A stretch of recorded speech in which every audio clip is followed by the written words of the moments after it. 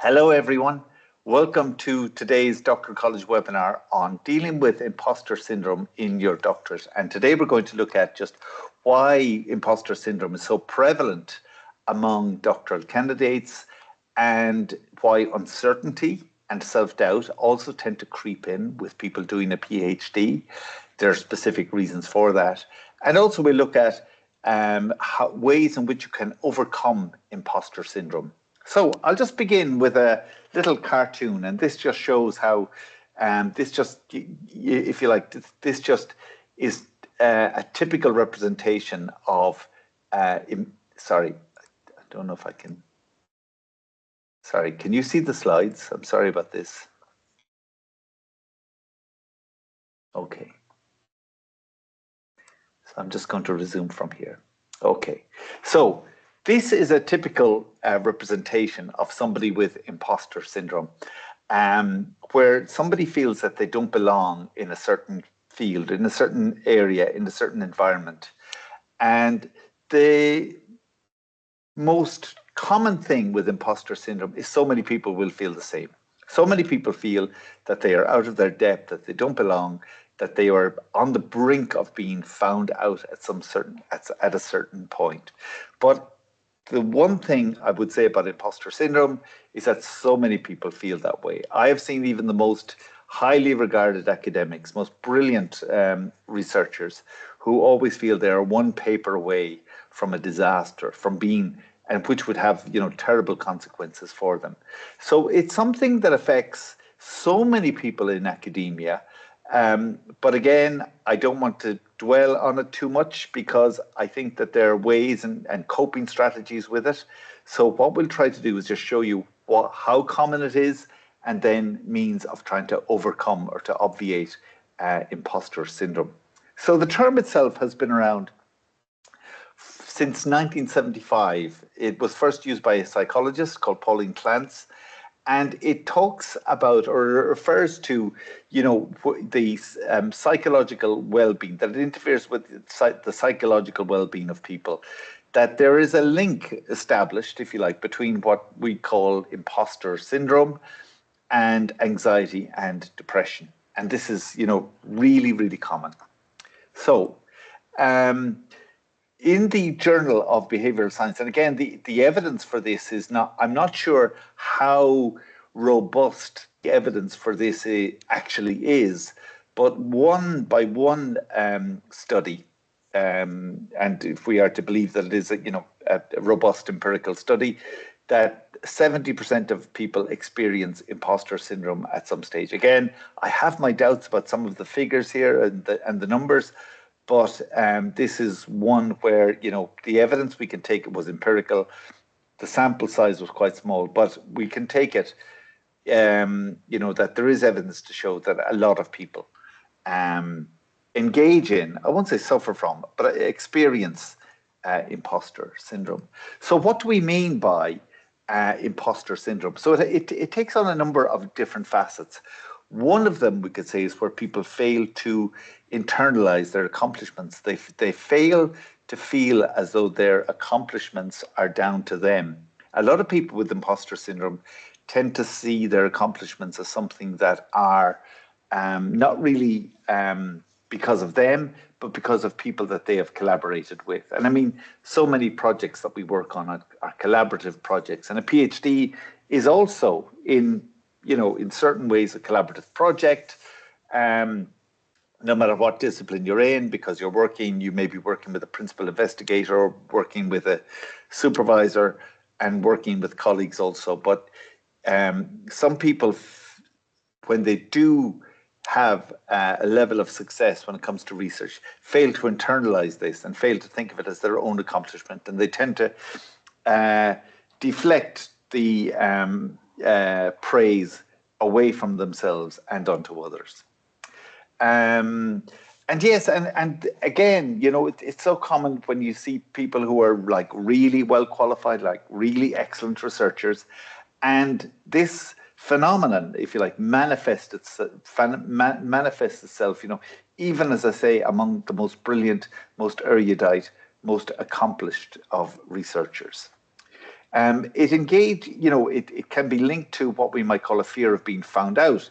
And again, this may be an irrational fear, but it's one that exists, So, and we could talk forever and have a whole conference about irrational thoughts, but it is amazing how many people have this fear of being found out. As if they write another paper in which they're in which what they are putting forward, in which the approach they are putting forward, or maybe the theory they're putting forward, or just the findings that they're putting forward, or the methodology they're putting forward, they feel may open them to criticism, and therefore that their academic career will be ruined. So this is like an irrational fear, but again, irrational fear is something which affects all of us. And again, feelings of inadequacy, that everyone's research is better. And again, this is something which so many people, so many PhD candidates feel, and it is amazing, actually, the number of PhD graduates that admit to doubting if they would ever get their PhD. But again, just to show you that, just how common this syndrome is. Now, it's really interesting to see about the types of people that it is really common with. And we can see there are three, if you like, three different kinds of, if you like, characteristics. But one is with high achievers.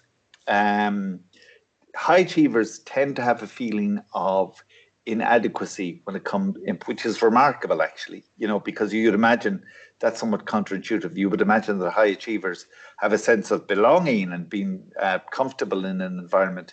But it is amazing how many high achievers feel as though that their achievements are inadequate. The other people, so obviously high achievers, the other kinds of people are perfectionists. And you have many high achievers that are perfectionists, and they're high achievers, if you like, because they are perfectionists. But perfectionists tend to have facets or characteristics of imposter syndrome, because it's almost as if that nothing a perfectionist does will ever be adequate or will ever be sufficient. And sometimes a perfectionist can begin to feel that what they are doing is never going to be sufficient. Interestingly, also, imposter syndrome affects women more predominantly than it affects men. And maybe something that we will, can come to or discuss later on when the presentation itself is over. Okay, so I'm just going to ask you, if any of you want to unmute your microphones, why do you think imposter syndrome occurs? Why do you think it actually happens? Or, I'm not asking necessarily for you to reveal anything about yourself in this webinar in a public forum, but why do you think that it is so common, for example, with PhD candidates? Does anybody want to come forward maybe and try and add to what we talked about already? Or is it this is something you can also put in the chat if you want, or something that we can discuss later. But it might be good to dwell upon, why you think imposter syndrome occurs. What would be the triggers for imposter syndrome, for example. Maybe as we go along here, we'll find out more about it, and then we can discuss this in more detail. Yes, of course. Yeah, just a thought on it. I just a feeling that maybe it could be more prevalent with PhDs because we're maybe we are on our own and self-led to a large degree. Yes. Yeah. We no longer have our hands being held by, doing a master's or an undergraduate degree, So that's my first thought on it. And yeah, that's it.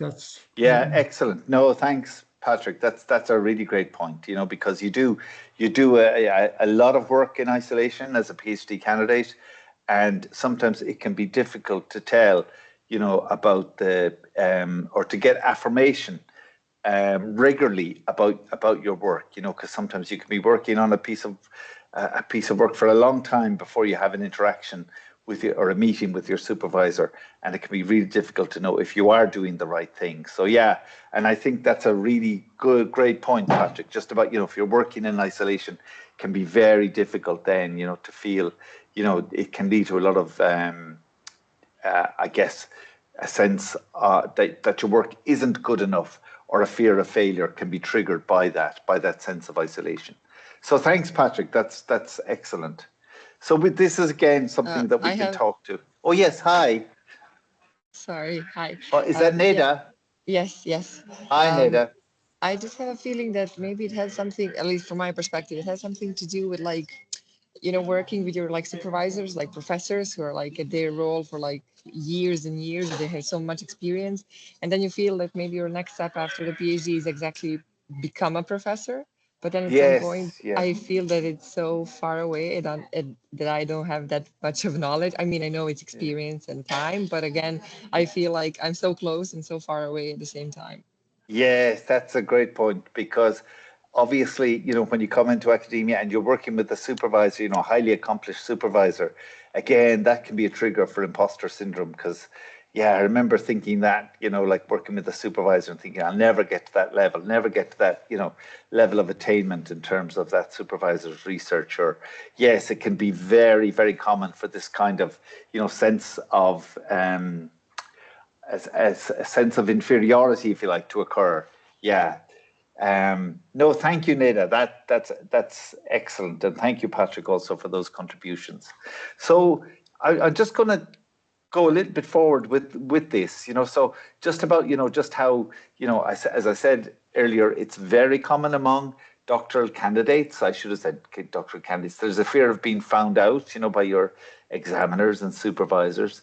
There's not wanting to take the risk of being found out, not submitting work to your supervisor, because, like Neda said, sometimes you think your supervisor is such an amazing scholar that the work that you submit just might be never satisfactory or adequate for your supervisor.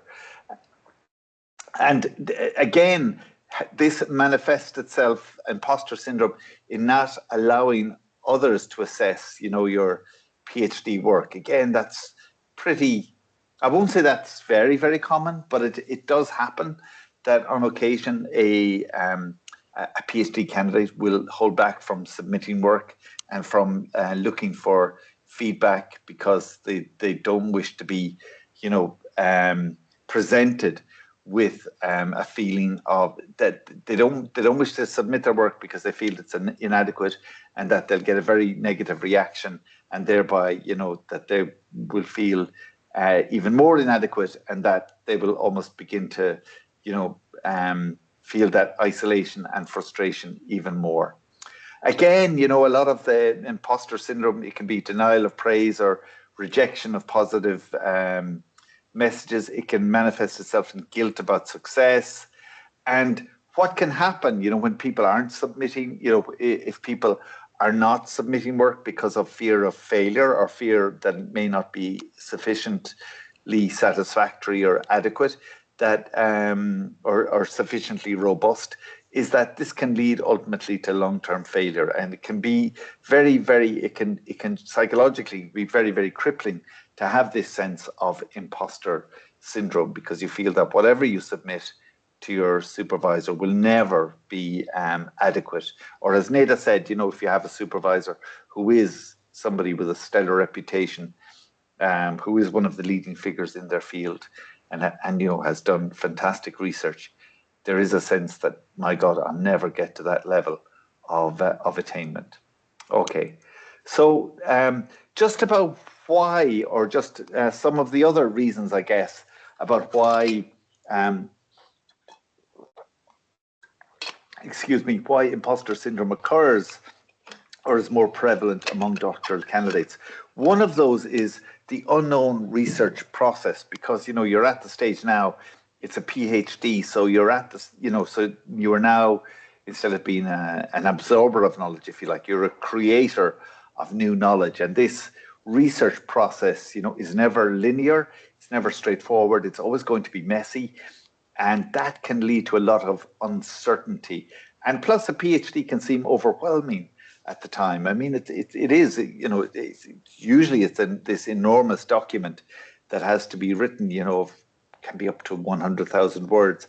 So it's a huge work. It's a huge, if you like, it's a huge body of work, and it has to be very robust, very rigorous, very analytical, and you're dealing with a lot of new things and new concepts which may be somewhat unknown to you or somewhat alien. So the unknown research process obviously is one of those things that we find tricky, particularly at the start of a PhD.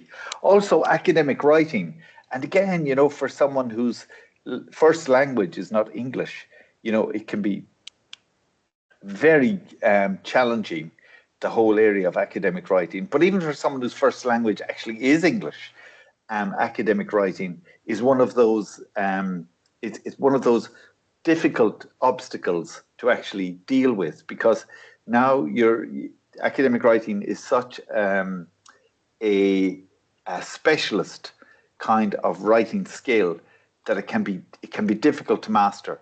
And particularly if English is a second language, there's a lot of evidence in the literature to show that a lot of people for whom English is not a first language find it difficult to feel confident writing in a second language, and that would be very common. I mean, a lot of us, a lot of people can speak a second language, but it's one thing speaking a second language.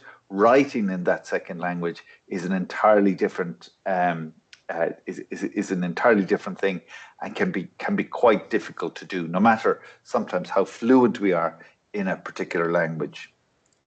Okay, and self-doubt is just another. This is another way that imposter syndrome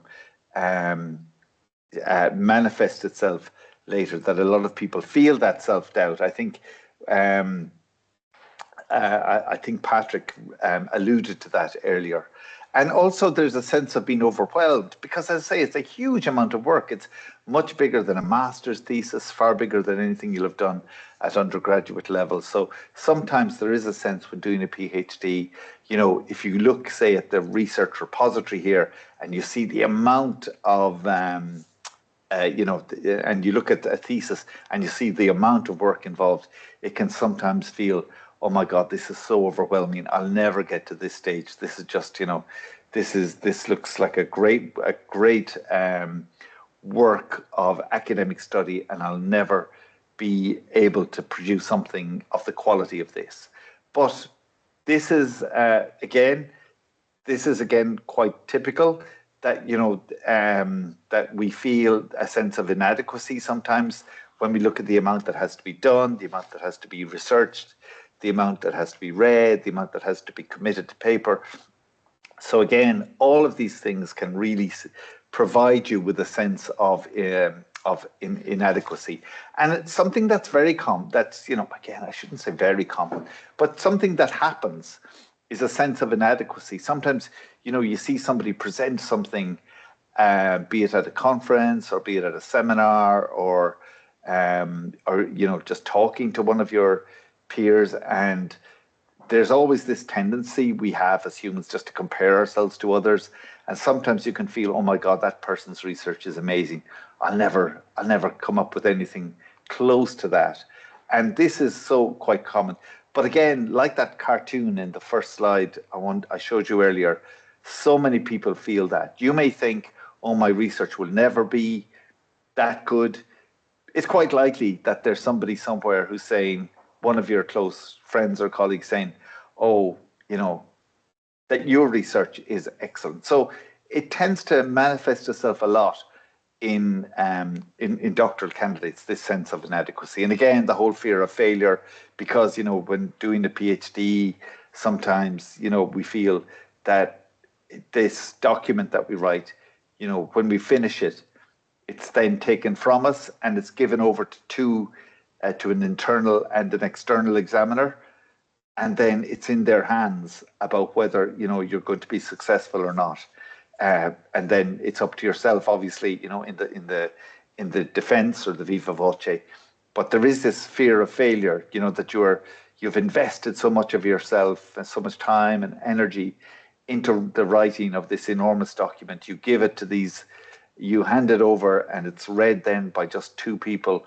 And if they find, that there are, problems or issues with it, their judgment then can have really devastating consequence. So, this because the stakes are so high, there is a sense of a fear of failure. I should state that it's only a tiny number of people who ever get to the final stage, the PhD stage, who don't succeed, and that tends to be very, very small. But the thing is that people do drop out of programs, or they don't,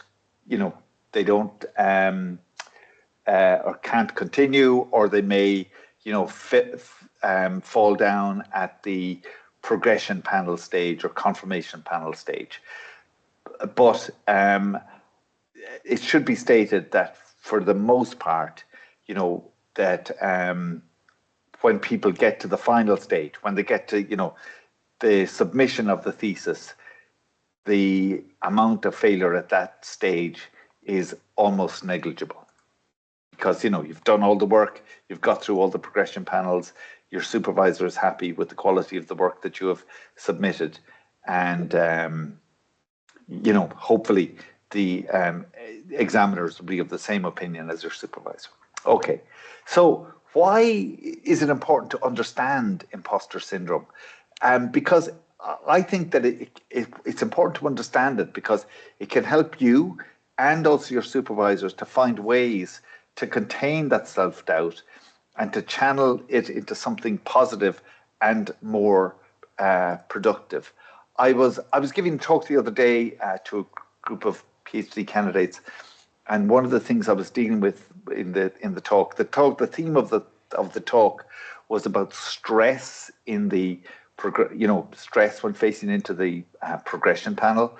But one of the things which I tried to emphasize again and again was that stress is something that can actually be, we are evolutionarily programmed to feel stress in particular cases. There's a hormone, cortisol, that triggers stress, and it can lead to, this is an evolutionary mechanism to protect us, from attack. And stress is something which which can be then channeled in a productive way, because it can actually make us more focused on the tasks that we are doing, and it can help us then in terms of adhering to deadlines. And there are other positive aspects to do with stress. We always think stress is something that's negative, but it can actually become a positive. I'm not being overly optimistic here. It's just you can use that stress and that in a positive way. The same thing I would say with that kind of self-doubt and uncertainty that we all have, and that you might feel when doing a PhD. So just about, just to say, what would trigger this kind of uncertainty and self-doubt? And again, there's a lot of literature on this, about what is it about doing a PhD that triggers, uncertainty and self-doubt in doctoral candidates. Well, first of all, I'd say it's just making choices in what's, effectively, unknown academic territory. You're making choices, in your proposal about the topic, about the scope of your research. You then have to, be a problem solver, because you have to think about, well, what's your sample size? Then you have to deal with ethical issues if your work involves human participants, and all kinds of ethical dilemmas that can sometimes arise. You're trying to choose a correct, a methodology to help you answer your research question. You're doing a literature review, which which in itself can appear like an overwhelming body of work.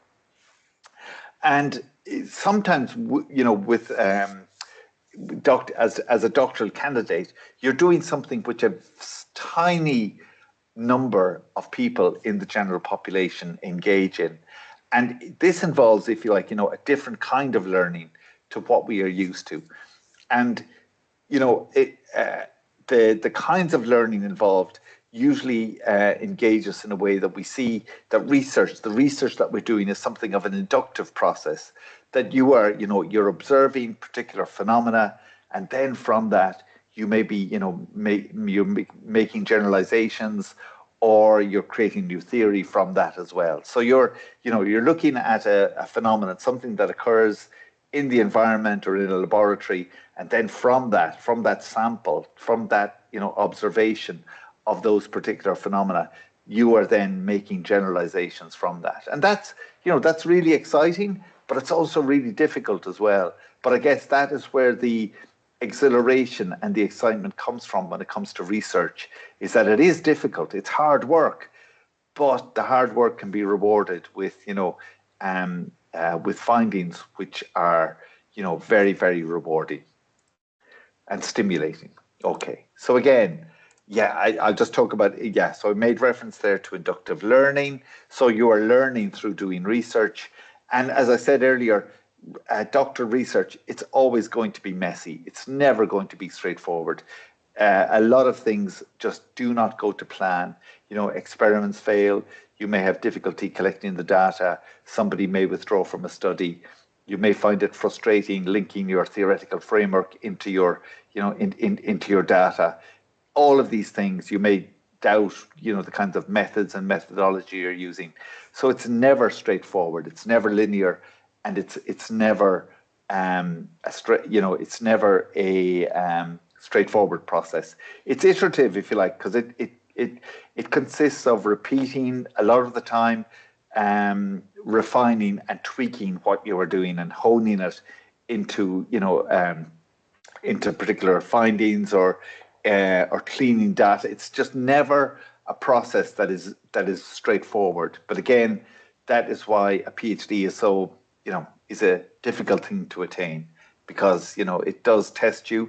And I think in my life, I think it's the hardest thing I've done, I would say, is a PhD. So it can be really challenging, and because it's so challenging, and because it's such a great level of attainment to have, that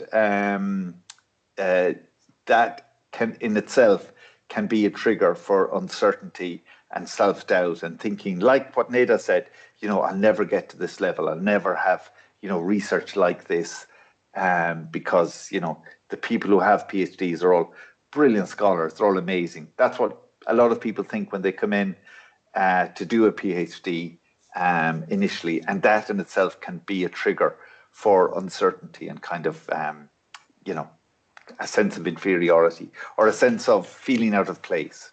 And again, like that, just a PhD is such a hard thing to do. So a lot of the times, people worry about their ability to do the research. Sometimes people wonder, do I have the theoretical knowledge to apply to the research? How can I make the research and the practice, meld together? And again, many doctoral candidates have anxiety about their ability to write academically. But again, there's great help here in the university, say with the regional writing centre. They have like a PhD Writers Week. I think the next one is coming up in January, in which, they address a lot of the concerns that PhD candidates have when it comes to writing and writing academically. And they're a great help in terms of helping people, think more about being an academic writer. And again, people feeling out of their depth and that they shouldn't be here. These things are so common. So just where does this, imposter syndrome trigger itself, or at what stages? It tends to be at the start of the PhD for a lot of people, because, you're dealing with, the conceptualization of an idea and the research proposal, and you have to make choices there. You have to think about, what's your research question going to be? What methodology are you going to use? Now we get to the proposal stage, and a lot of the time the research obviously changes a lot from the proposal stage. But a lot of people feel that that's really difficult, to go from coming up with an idea to putting it down on paper and having a proposal to go forward. And, sometimes, go look for funding, or we put this forward as an application to engage in and to embark upon a PhD. So that stage, that conceptualization of the idea in your head and the proposal stage, sometimes that's where people can fall down. That's what, choices need to be made there. And sometimes people feel, oh, I don't really have I don't really have what it takes to do a PhD. Sometimes, unfortunately, people who are well capable of doing a PhD sometimes decide at that stage. It does happen on occasion that people will decide not to embark on doctoral studies at that stage. And again, just about doing the literature review, because, looking at the literature review, as I mentioned earlier, the literature review can seem like this huge body of work, and it is. And, and sometimes it's unclear why we're doing the literature review, that it's to address, because it's going to help us to find where the gap is in the knowledge. And then we're going to try and address that gap that is there in the knowledge. But sometimes the writing of that can seem overwhelming because we have also to be, critically analytical about the literature as well. So it's not just a case of saying somebody wrote this or wrote this. You have to analyze it also. And again, for a lot of people, sometimes people don't have the confidence, or they have difficulty in finding their own voice as an academic researcher.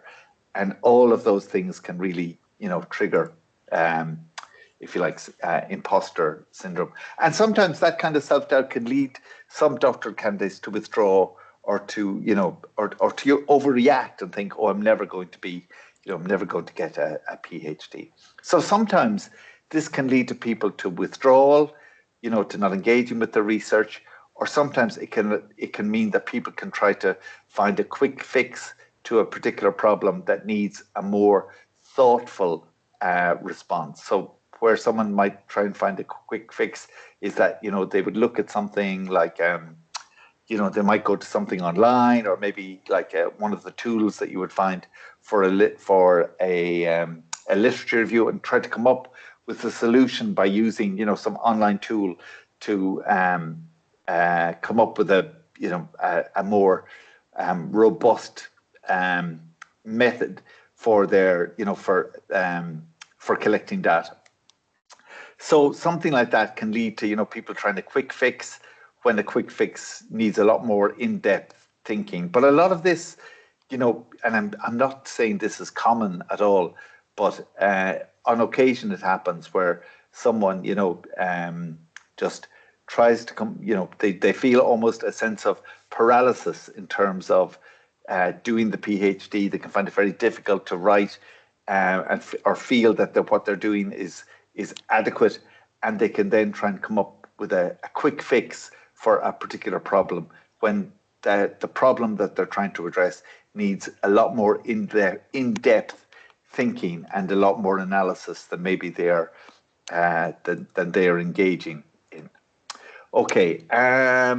Yes. So obviously, again, this whole thing about self-doubt and uncertainty and stress, we always see them as negative. But something like self-doubt, and again, it affects. This is, I'm equating here kind of self-doubt with imposter syndrome, but there's a huge amount of evidence to show that the whole research process will generate uncertainty, because when you're doing research, you begin to think, oh God, I'm just not doing this correctly. And again, we should all feel like that at some stage, because that is a whole part of the research process.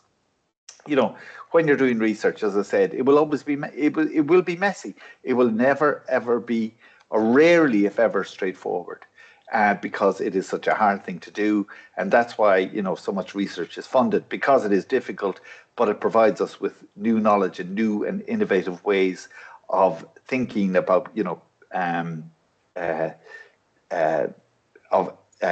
engaging in study, which can have a benefit for wider society.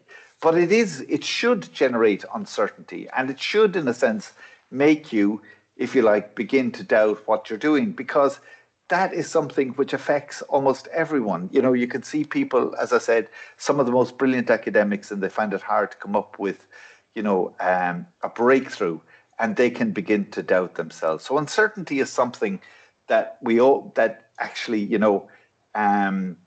can be useful, Because yes, as it says here, while it can be seen or categorized as something really undesirable or bad, it can also definitely help you in terms of intellectual humility, because it can help you then to have a more open mind about creating new knowledge, because you realize, yes, okay, I don't know everything about this.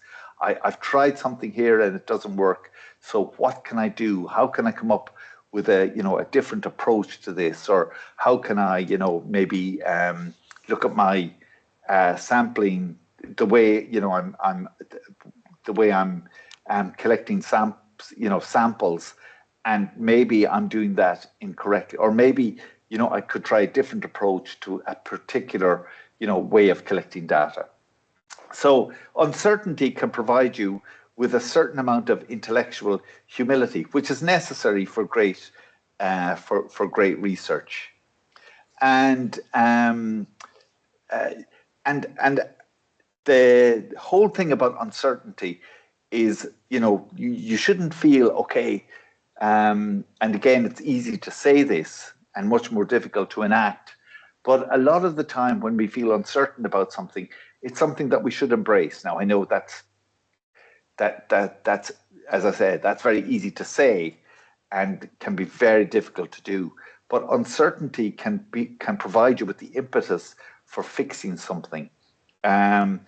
Again, like stress, it should be a trigger for helping you in terms of coming up with solutions, or engaging in a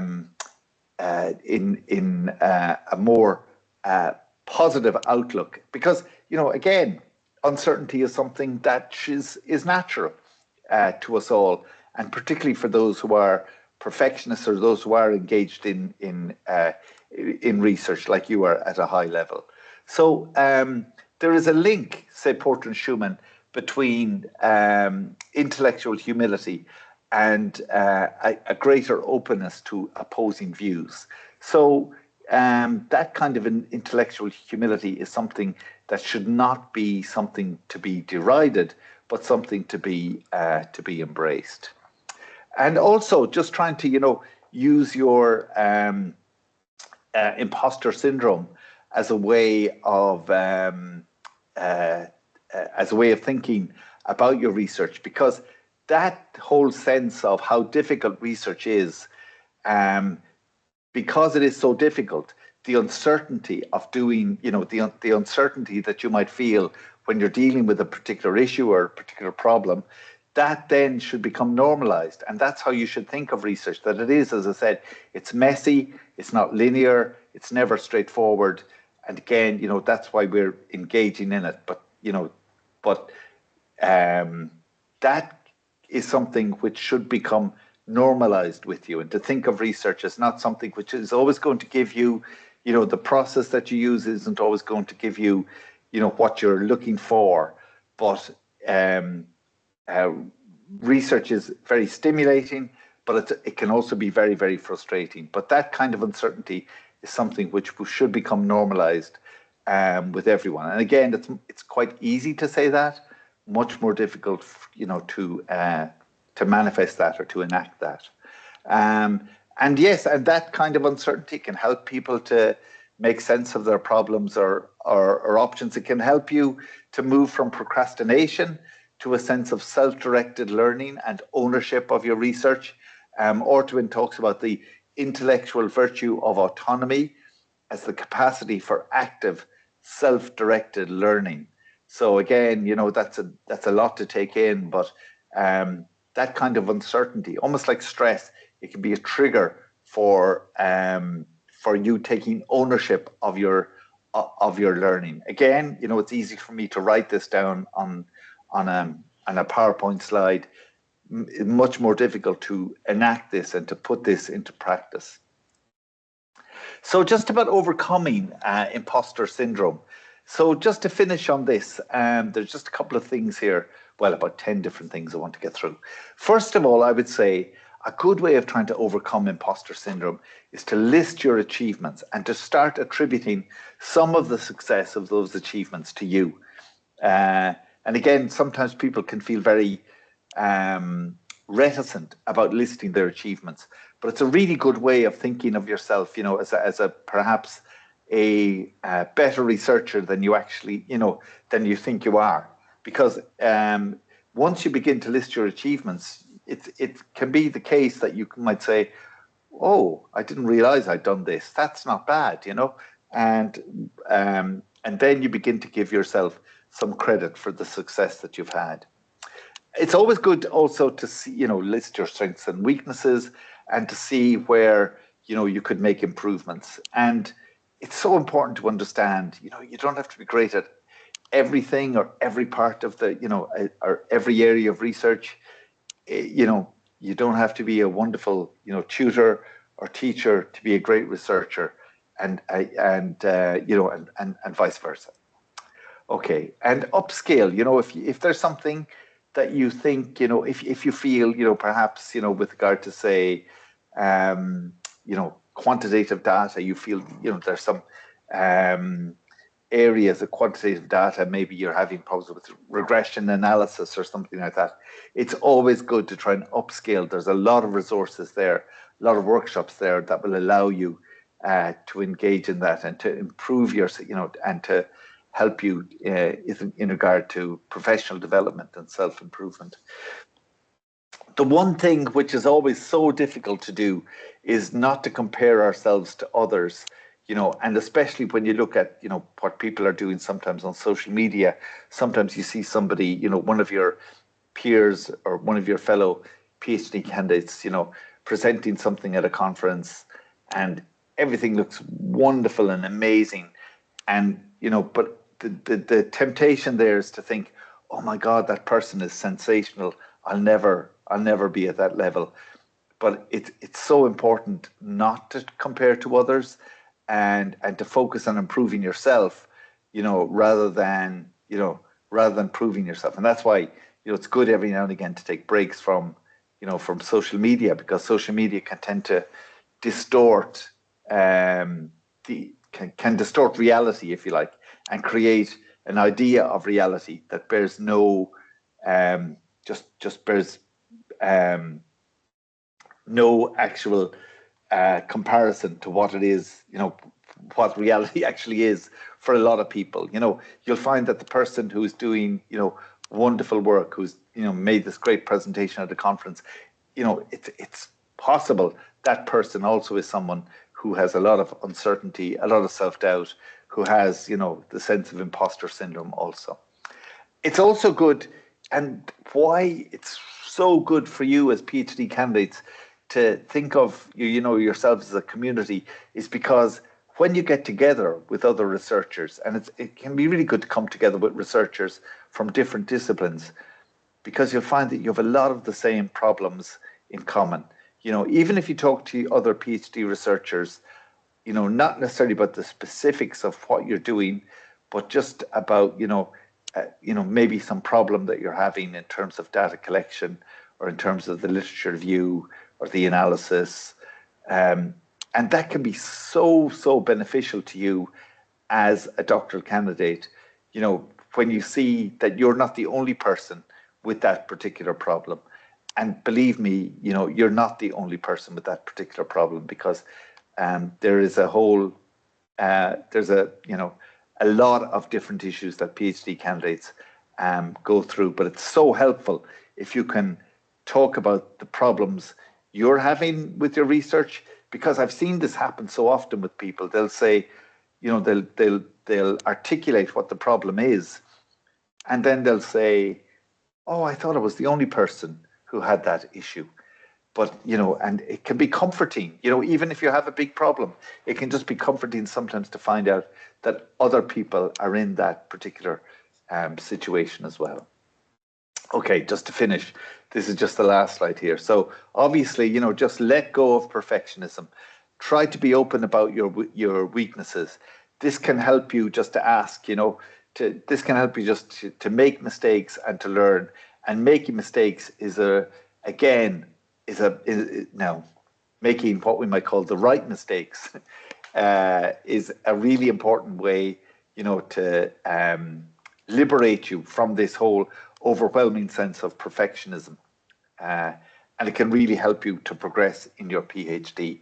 Obviously, and again, you know, with a lot of PhD candidates, a lot of you, you know, are so incredibly smart, and a lot of you would have, you know, been, you know, among the, you know, top 5% of people in your